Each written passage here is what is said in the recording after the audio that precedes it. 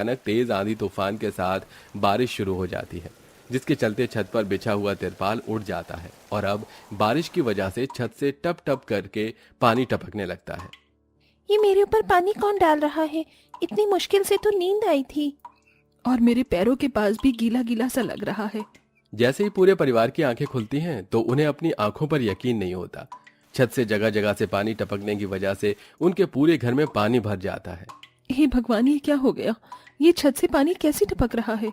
योगिता बहू, तू सार्थक को लेकर एक कोने में जाकर बैठ जा। ऐसी हालत में तेरा यूं पानी में रहना ठीक नहीं।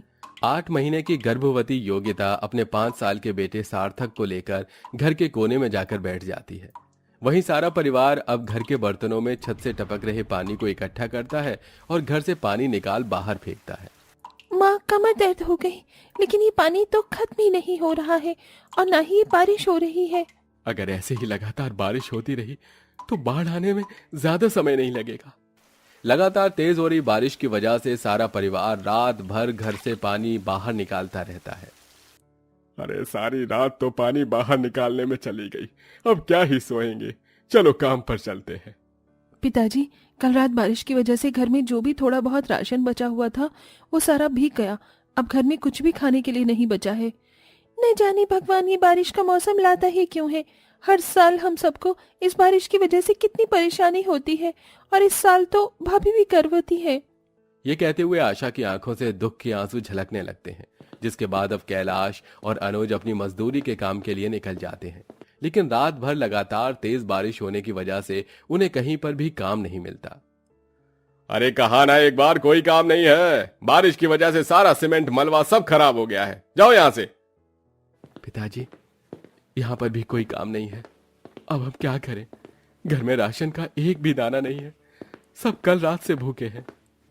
सबसे ज्यादा फिक्र तो मुझे बहू और सार्थक की होती है।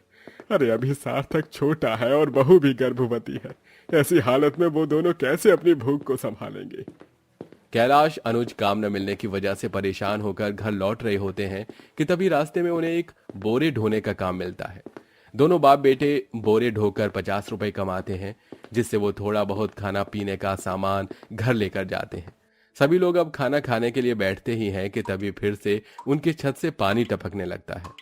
माँ देखो ना, इस बारिश की वजह से मेरी सारी रोटी गीली हो गई। सब्जी में भी कितना सारा पानी आ गया। इस बारिश में तो हमें भूखा ही मार डाला। लगातार पानी टपकने की वजह से खाना खराब होने के साथ साथ घर में फिर से पानी भर जाता है, जिसके बाद अब पूरा परिवार फिर से घर से पानी बाहर निकालने लगता है।